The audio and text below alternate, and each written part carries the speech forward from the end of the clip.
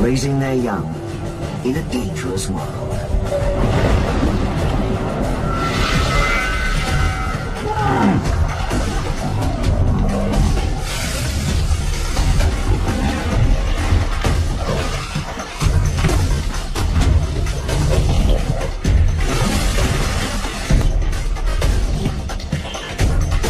One more challenge. Once a year, their home disappears. To survive, she retreats to a unique refuge, where she'll face impossible odds and heartbreaking loss. But the worst of times will bring out her best and cast a whole new light on a very old animal.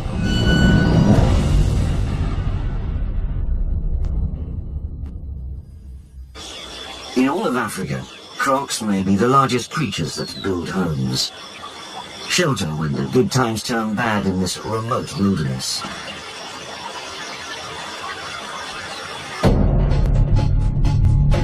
Katavi National Park in western Tanzania. A paradise 4 times the size of Hong Kong, but rarely seen by man.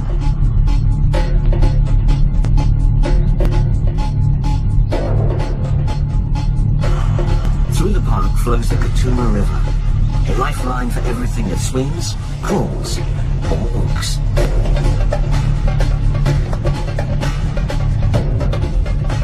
Right now, the croc caves are underwater. It's May, the wet season.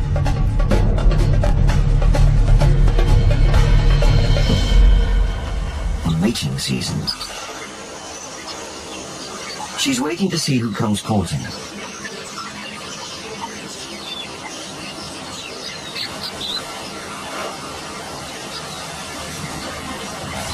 Males fight over the privilege.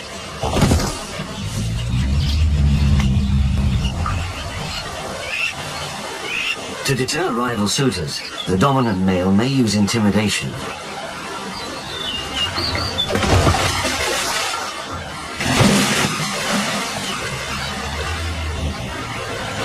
With the rivals out of the way, he can work his charms.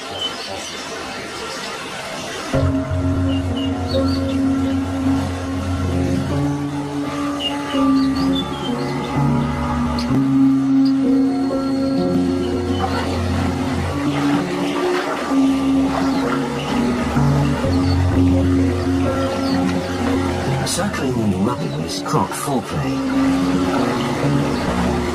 It can last for days, and her suitor may woo multiple partners.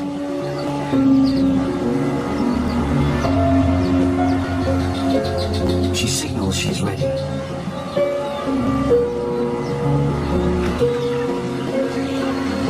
Mating can be a sprint or a marathon.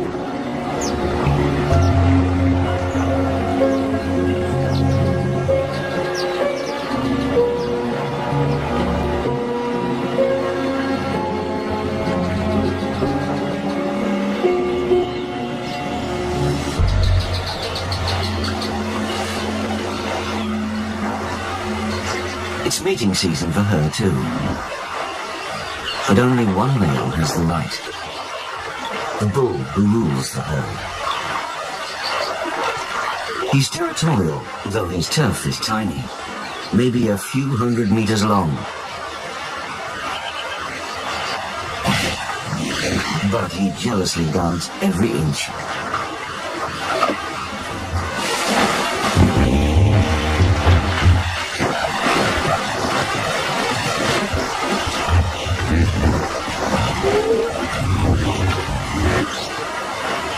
Hippos don't look like fighters, but they're one of nature's most aggressive animals.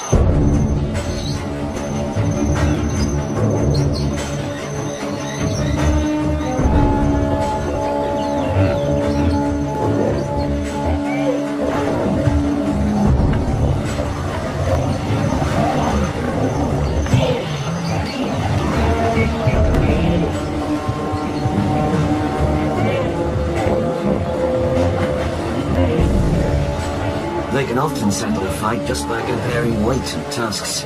but this bout draws blood.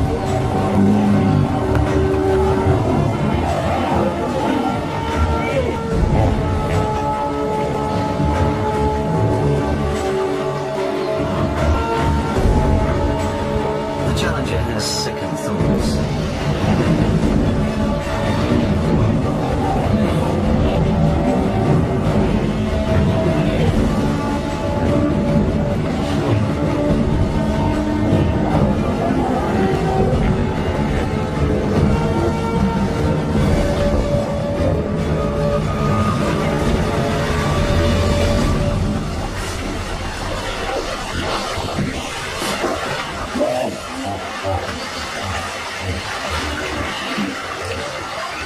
The bull claims his prize.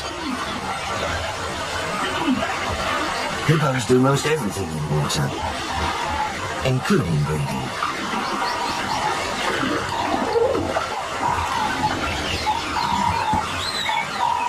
Her nostrils close to keep out water. She can hold her breath up to 5 minutes.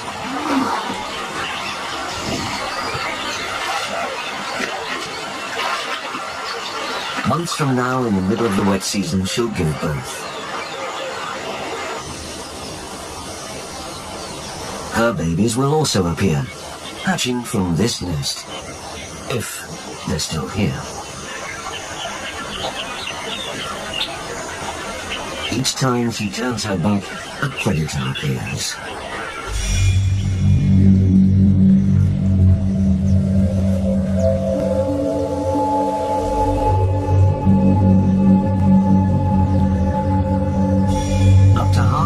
Crocodile eggs are stolen by monitor lizards. Monitors smell with their tongue. This one has sniffed out the croc nest.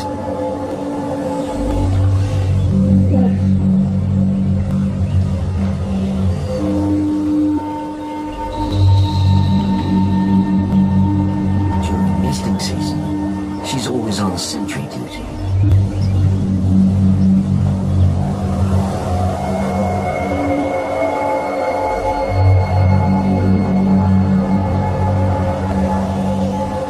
For the next 3 months, she'll hover nearby, rarely eating, ready to thwart any thief.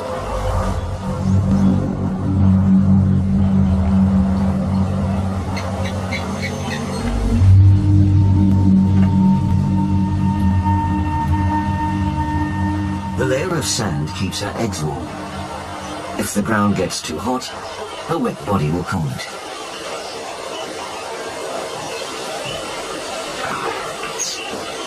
Adults themselves carry a built-in shield against drying out. A thick, scaly hide, in places as tough as bone.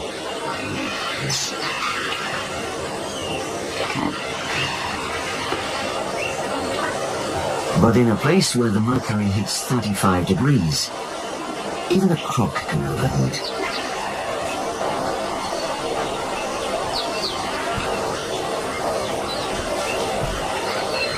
Like all reptiles, she uses her environment to regulate her temperature.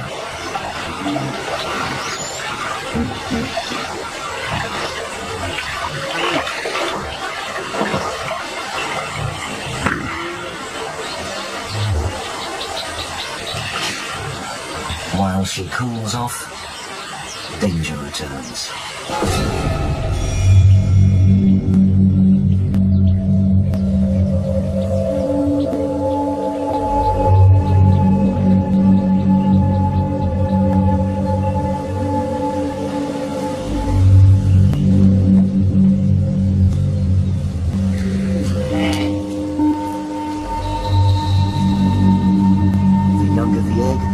The harder the shell, but one whack on a trunk does the trick.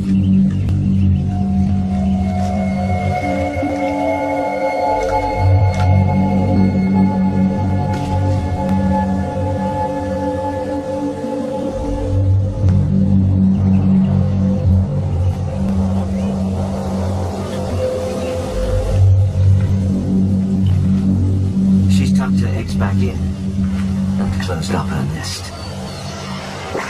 One baby gone, and more raids will come.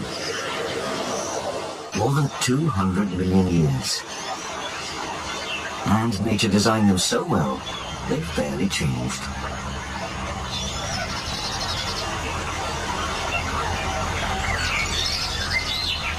The Nile crocodile is not only Africa's largest reptile, it is one of its largest predators. But she doesn't waste energy stalking prey. She just waits. Large mammals form part of the mother croc's diet. These neighbors don't migrate. They just graze around. When one patch thins out, impala move on to the next. The wet season is ending. The land is drying out. Across the river, the grass is green.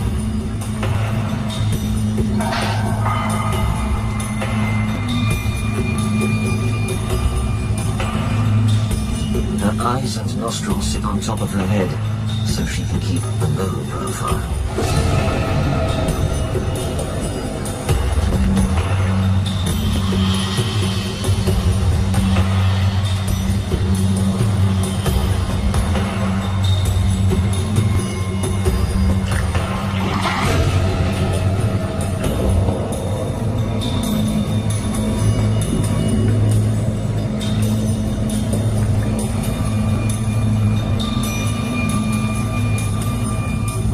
Sees her coming.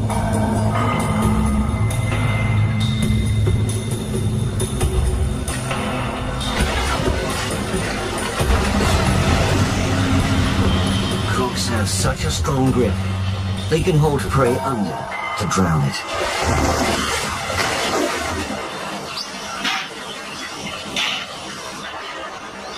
The Katuma is ideal for her kind. Calm water makes breathing easier.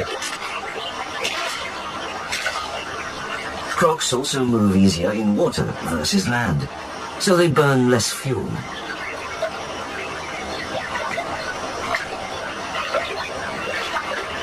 In turn, the croc mother is good for the river. She helps keep the catfish down. If unchecked, they would decimate the other fish and upset the entire ecosystem of the river.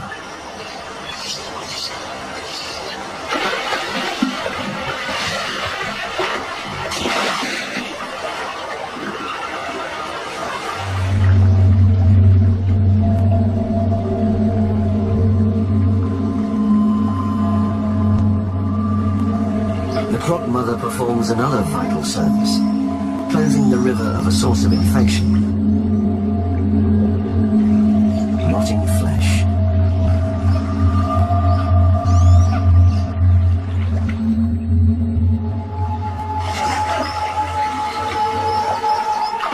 She grabs a bite by holding her entire body to twist off meat. She can't chew, so she swallows her food whole. Several crocs will feast on large prey without conflict. Job well done for the sanitation squad. The Katuma is ideal for this mother too. Plenty of food for a vegetarian. And in the wet season, plenty of cover from overheating or drying out. Adult hippos are too big for most predators. They tend to die of natural causes.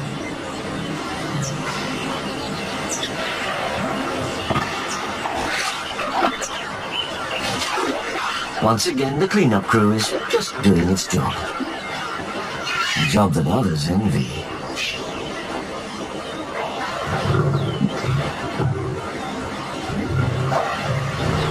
This mother needs food for her cubs, and any carcass will suffice.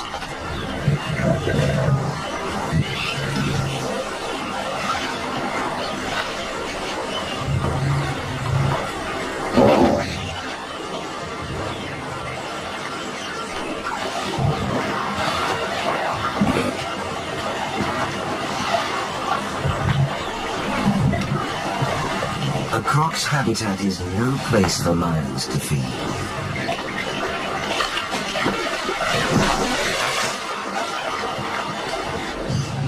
Both mothers, croc and lion, may lose the carcass.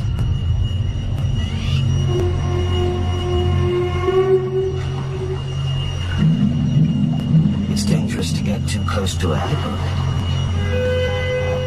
They can bite an intruder clean in two.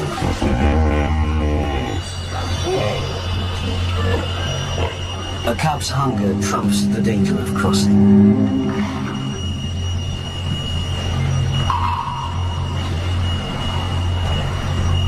The stand.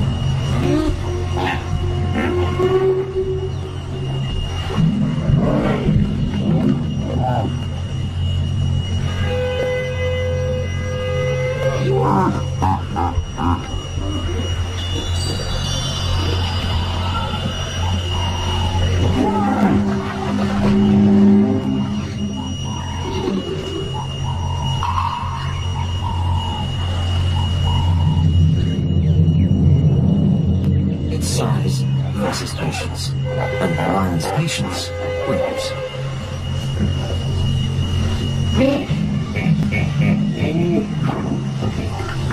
A scavenged hippo should be a free lunch, but the pride has paid dearly for their feast.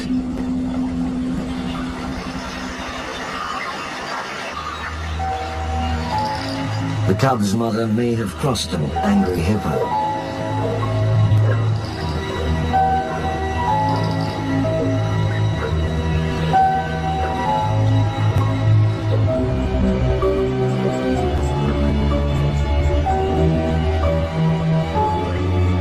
Hunting days are over. She can't even take a drink.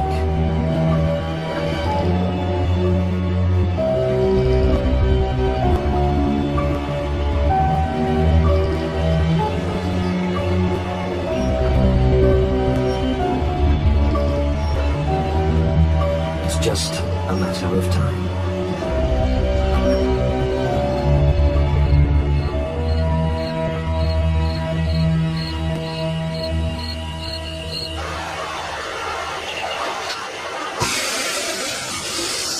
The Katuma's residents have polished off the hippo banquet. Even the hide will soon be gone. Nothing goes to waste, especially as the zone of life shrinks. The river is disappearing. In the depth of the dry season, the Katuma shrivels to a stream of pools.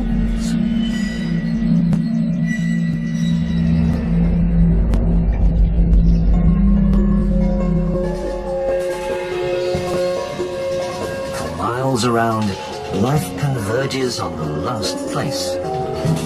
It pounds. Cape Buffalo cannot go more than one day without water. To get a drink, another mother must face the predator.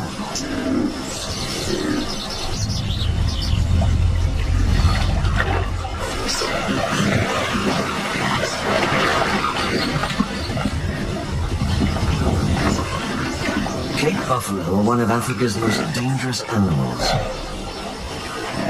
And they stick together.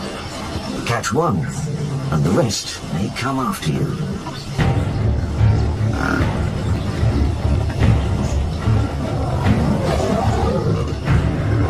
The buffalo can weigh 4 times as much as a lion, and outrun it.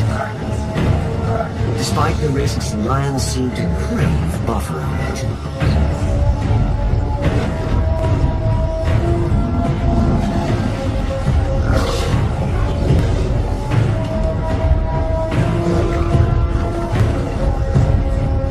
Lions usually hunt under cover at night, but when the dry season brings abundance, why wait?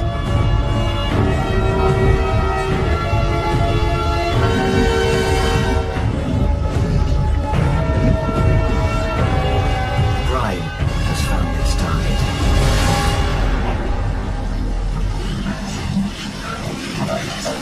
dead buffalo can still spell danger.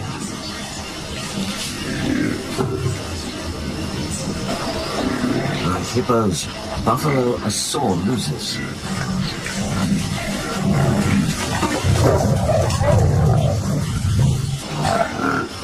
Buffalo are known to mob lions and stomp or gore them to death.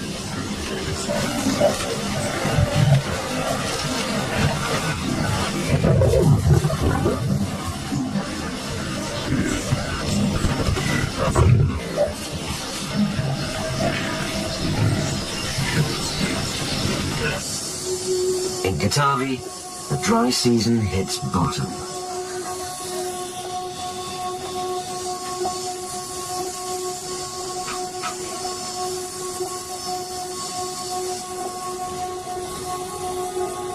Yet the riverbed still holds food.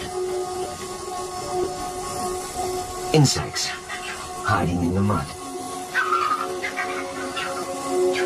Vervet monkeys manage just fine in the dry season. They rarely drink water, and they usually find food. Even undigested morsels within elephant dung. Remember, nothing goes to waste. But how long can a puny puddle sustain a thirsty crowd? That's the riddle of the sands. They hold underground springs.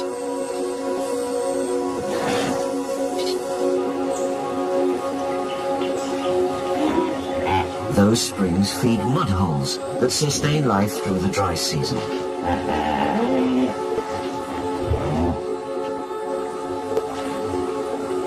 The mother's herd is joined by others from along the river.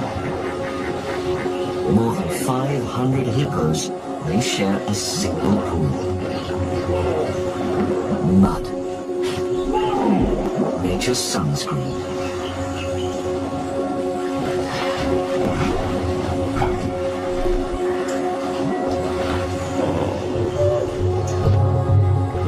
The dry season has brought two mothers closer than ever. But by some strange truce, they coexist.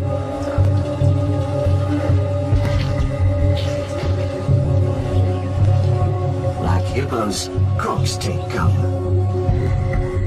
In these lean times, they survive thanks to a phenomenon called estivation, the dry season version of hibernation, a time of fasting, and they're built to fast. Of all vertebrates, crocs have the most acidic stomach known to science, so they can digest most of what they eat, bones and all. Our mother looks lean, but she stores more than half her calories as fat in her gut, back and tail. While some crocs dig in for the lean months, she has other accommodation. Her cave is built underwater during the wet season while the mud is soft. How she knows how to build it, no one can say. In fact, the entire length of the river is pockmarked with caves.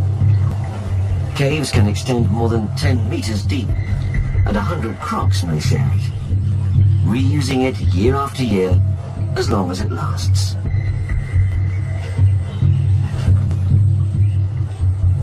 With all her fat, she can go months without eating. Maybe even 2 years. Perhaps that's why crocs survived when dinosaurs perished. Here she waits for the clouds to burst and her eggs to hatch.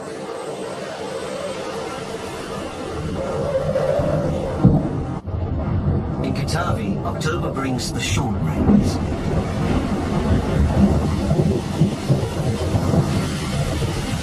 The river will take months to fill up again, but slowly, the wet season returns. So does new life. Mother has a new baby. Hippos are one of the few mammals to give birth in water.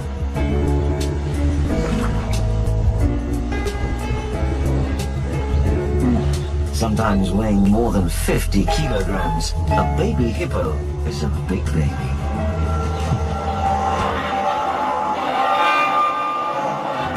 bite-sized prey. In the months to come, Mother will keep it close.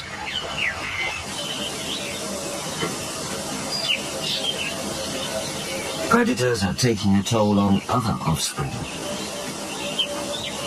The mother's eggs.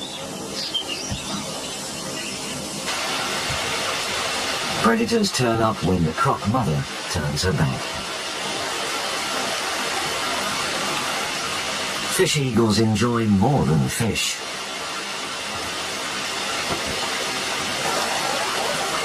By now, about half her babies are gone.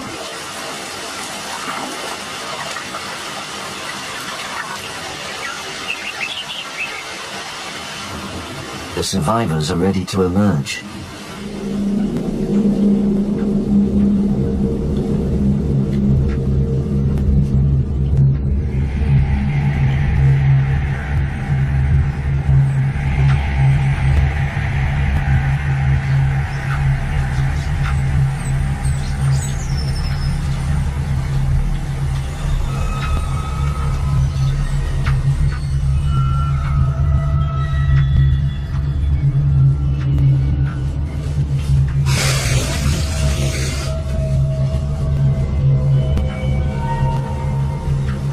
She has excellent hearing.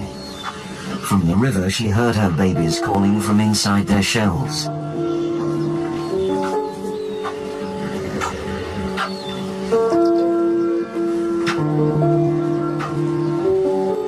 These jaws can bite with more than a ton of force, but they can also gingerly collect her young.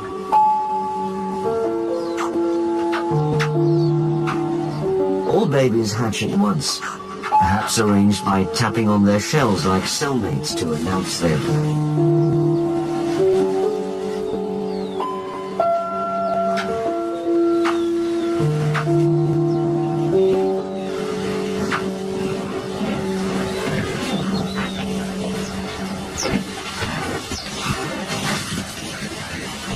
As the embryos absorb calcium, their shells weaken to make escape easier. But some need help. She'll gently roll the egg till it cracks. Her babies are so tiny they're even more vulnerable than the young hippo. If her young tried to reach the river themselves, they'd be sitting ducks. A log track, well worn by hippos.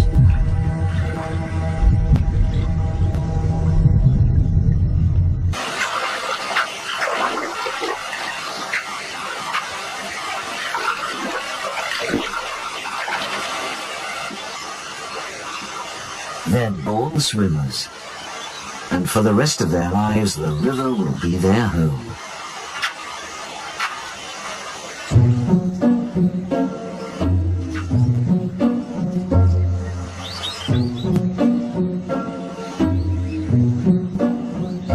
Like most youngsters, they're curious to explore their new world.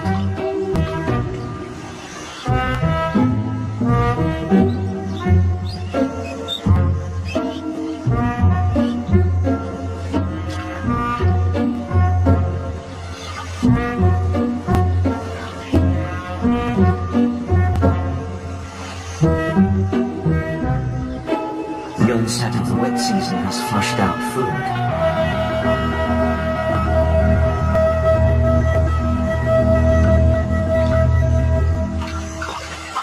They have a lot of growing to do. Each starts life less than 30 centimeters long. It takes 3 years to reach 1 meter, still only a fourth the size of an adult. In a few months they'll venture out of shallow water. For now they stick together in their pod, guarded by their mother.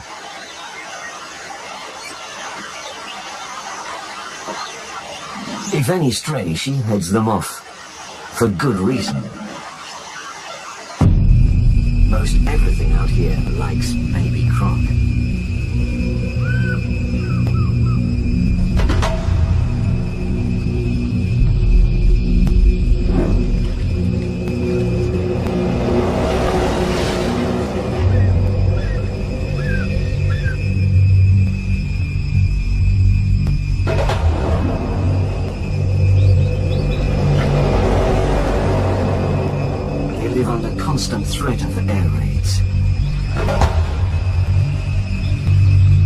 also come from the ground.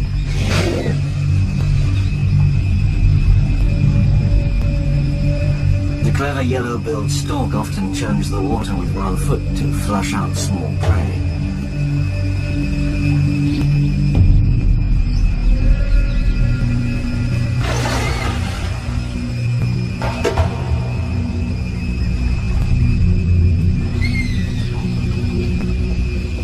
Yellow-bills can be persistent.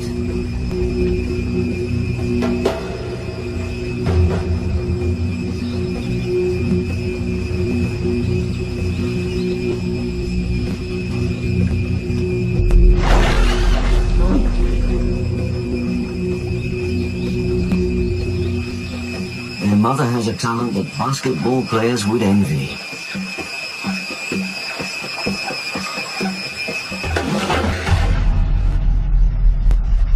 She can leap the length of her body almost straight up.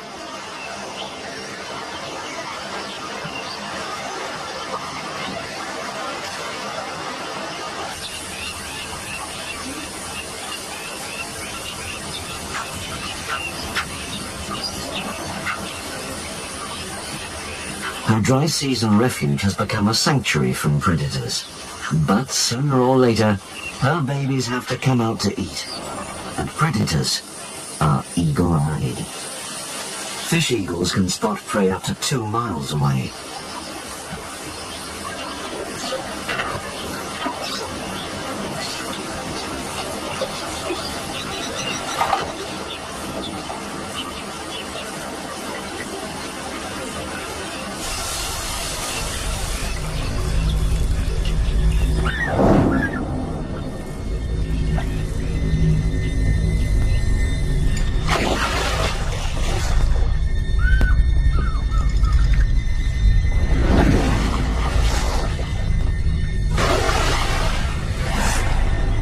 Another baby gone.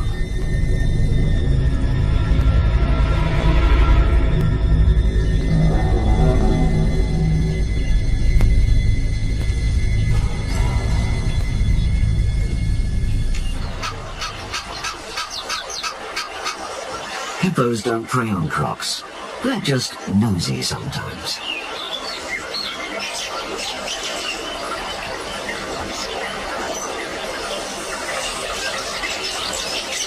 Crocs and hippos enjoy more elbow room than they did in the dry season. But with so many newborns around, the adults are too close for comfort.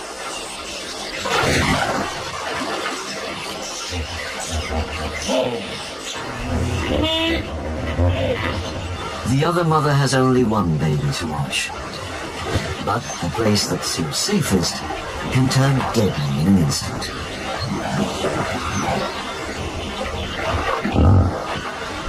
The other hippo bands have left, leaving only the mother's herd, still guarded by the bull, still plagued by jealous bachelors.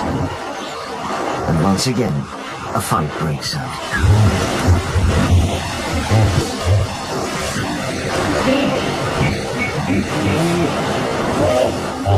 The fight ends as fast as it starts.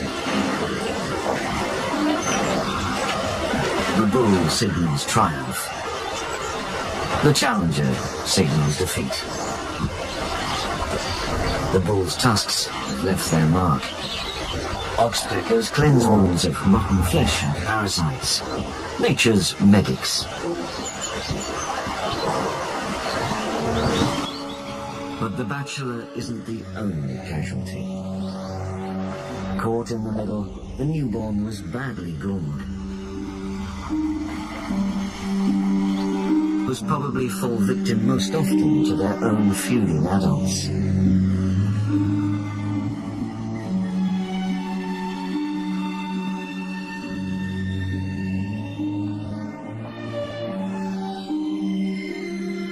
Predators smell opportunity.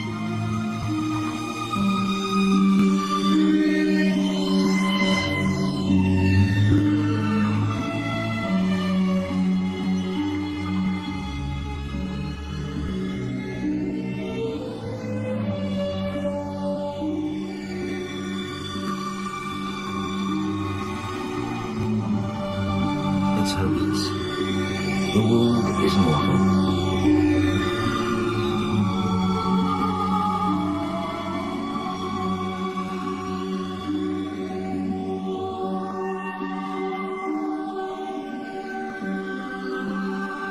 Only one question remains. Who gets the prize?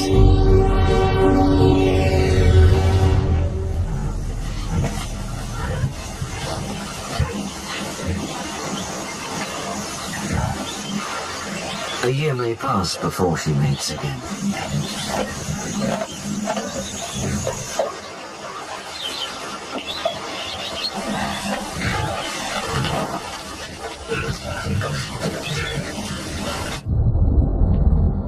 Life is about to come full cycle. The Katuma is about to burst.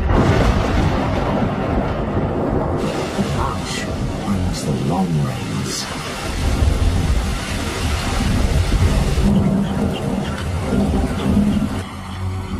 The wet season crescendos, and the river rebounds.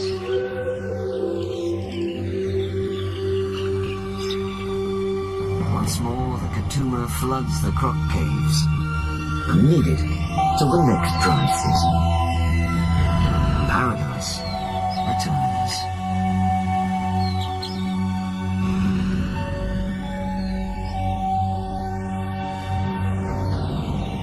The migrants return too.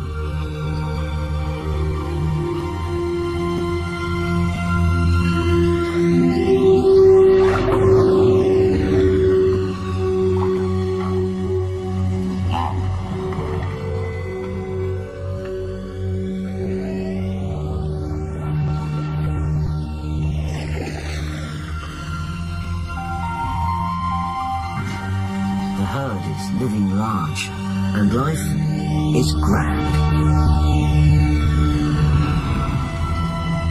In months, the mother will mate again and swell the herd size by one. The young crocs have hung on, but they're swimming against a cruel tide. Only a lucky few will reach adulthood.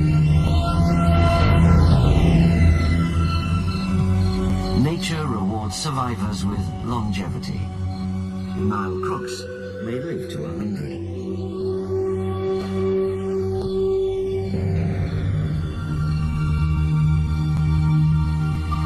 This too will pass. The river comes, the river goes. Life enters this world and suddenly is taken out. And a creature that outlived the dinosaurs takes it all in its stride, living as if it had all the time in the world.